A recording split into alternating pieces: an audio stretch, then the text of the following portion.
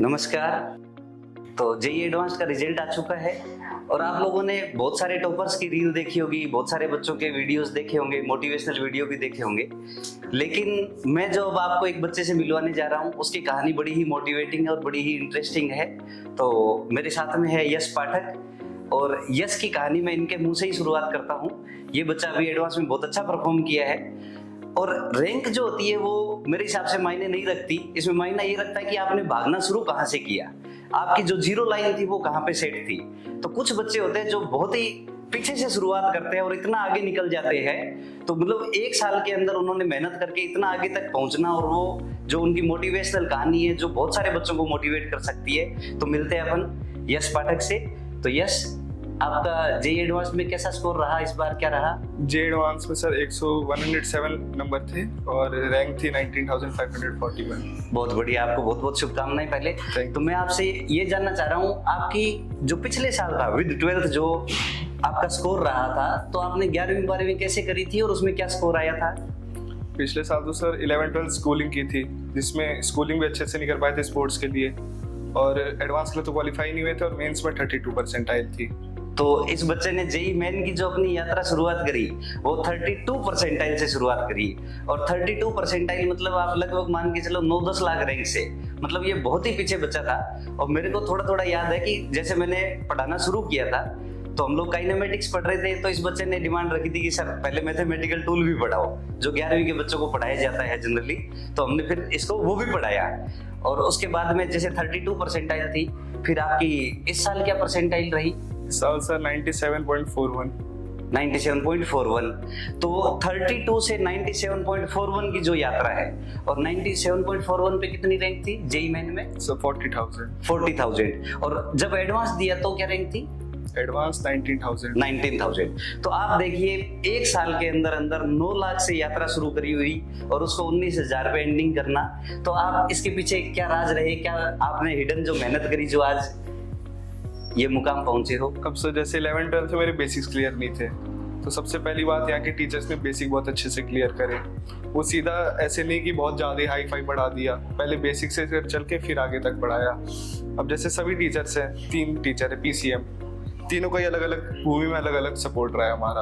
अब जैसे मैथ्स में हमारा था कि मैथ्स से बच्चे डरते थे, तो मैथ्स में कभी डर लगा ही नहीं सर की वजह से, हमारे जो सर थे शुभम बंसल सर। बहुत बढ़िया। और अब फिजिक्स थी, मेरे को स्टार्टिंग से बहुत ज़्यादा वीक थी, लेकिन फिर उसमें मैंने आपसे बातचीत करी, फिर आपने अच्छे से बेसिक से एकदम लो लेवल से पढ़ाना शुरू किया, जिस वजह से मैं आज कर पाया फिजिक्स भी।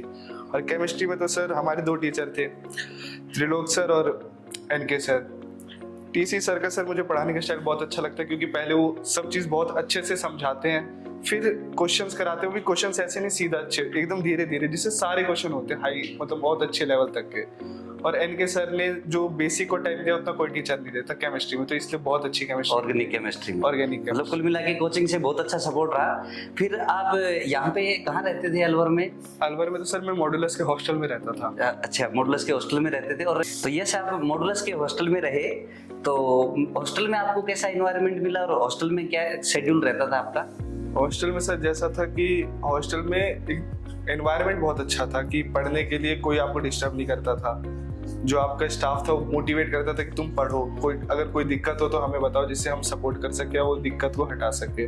खाना बहुत अच्छा था और उधर हम स्पोर्ट्स भी कर लेते थे, जिससे माइंड और एक्स्ट्रा चलता था फिटनेस की वजह से। बहुत बढ़िया। यस, खाने के तो ऐसा मामला है कि हम लोग ये नहीं सोचते कि पैसे बचे, इससे अच्छा बच्चे को हेल्दी फूड मिले, तो ये हमारा टारगेट रहता है। और हम लोग अलवर में ऐसा ही सोच के बैठे हुए कि अच्छी सेवा दें, चाहे वो हॉस्टल वाइज हो चाहे वो एजुकेशन वाइज हो। 11th-12th कहाँ से करी थी? 11th-12th से मैंने भिवाड़ी में ईसेस कैंप स्कूल से की थी। अच्छा, बहुत बढ़िया। एक स्कूल से आया वो बच्चा। मैं बताऊँ कितने 12th के बच्चे थे जिन्होंने, आप देखना विद 12th 92 परसेंटाइल 93 होती है और फिर वो 97-98 परसेंटाइल तक पहुंच पाते हैं, लेकिन 32 से 97.5 की परसेंटाइल तक आना बहुत इनक्रेडिबल है, बहुत शानदार। आपको बहुत बहुत शुभकामनाएं, आगे भी ऐसी मेहनत करते रहो। और अब आगे कौन सी IIT में जाने का प्लान है? अभी तो सर बस IIT का टैग जरूरी है, जिससे आगे और मेहनत कर सके। ठीक है बेटा, मैं सही बात है। हो सकता है आपको डिजायर्ड IIT नहीं मिल रही हो, या जो आपकी इच्छा थी वो नहीं मिल पा रही हो, बट ये जो आपकी यात्रा है ये बहुत अच्छी है। क्योंकि मेरी जो कहानी है, मैं इसमें कहीं ना कहीं मेरी खुद की कहानी देखता हूँ। मैं भी सेम एक ग्रामीण परिवेश से, नवोदय से ऐसे निकला था और निकलने के बाद 12वीं के साथ में जब पेपर दिया था तब कुछ भी स्कोर नहीं किया था, और फिर एक साल में जब पहुंचे तो बस केवल उस टाइम पे, क्योंकि ये ओल्ड 7 IIT ही होती थी, और तो BHU में एकदम लास्ट में ही हम लोग एंटर हो पाए थे क्योंकि जस्ट सिलेक्शन हुआ ही था। तो उसके बाद में आगे अपनी मेहनत कंटिन्यू करो और आगे जाओ और आगे बढ़ते रहो, तो वहां पे जाकर के भी ऐसे ही कंटिन्यू मेहनत करना, और 19,000 से मैं कह रहा हूँ आप टॉप 19 में आना आगे। तो ऐसी मेरी आपको शुभकामनाएं हैं। अब जो बच्चे अभी जो तैयारी करने आ रहे हैं उनको आप क्या शब्द कहने चाहोगे, कैसे मोटिवेट करोगे? मोटिवेट तो नहीं सर, बस इतना है कि टीचर्स की अगर कोई बात मान जाए तो उसका सब हो जाएगा। बहुत बढ़िया, मतलब विश्वास सबसे बड़ी चीज है। Yes. जो टीचर कह रहा है उस पे पूरा विश्वास ये करो। नहीं किसी और सोर्स के लिए भटके कि ये चीज अच्छी है उस चीज पे चले जाए, बस टीचर ने जो कहा वो कर लो, एनफ है। बाहर किताबों के पीछे मत भागो, कोचिंग का मटेरियल पूरा करो, अगर वो पूरा हो जाए 2-3 बार फिर जाके तुम बाहर की किताब खरीदो और करो, पहले वही नहीं होता बच्चों से तो पूरा। बहुत बढ़िया यश, आपको बहुत बहुत शुभकामनाएं। Thank you, sir. All the best.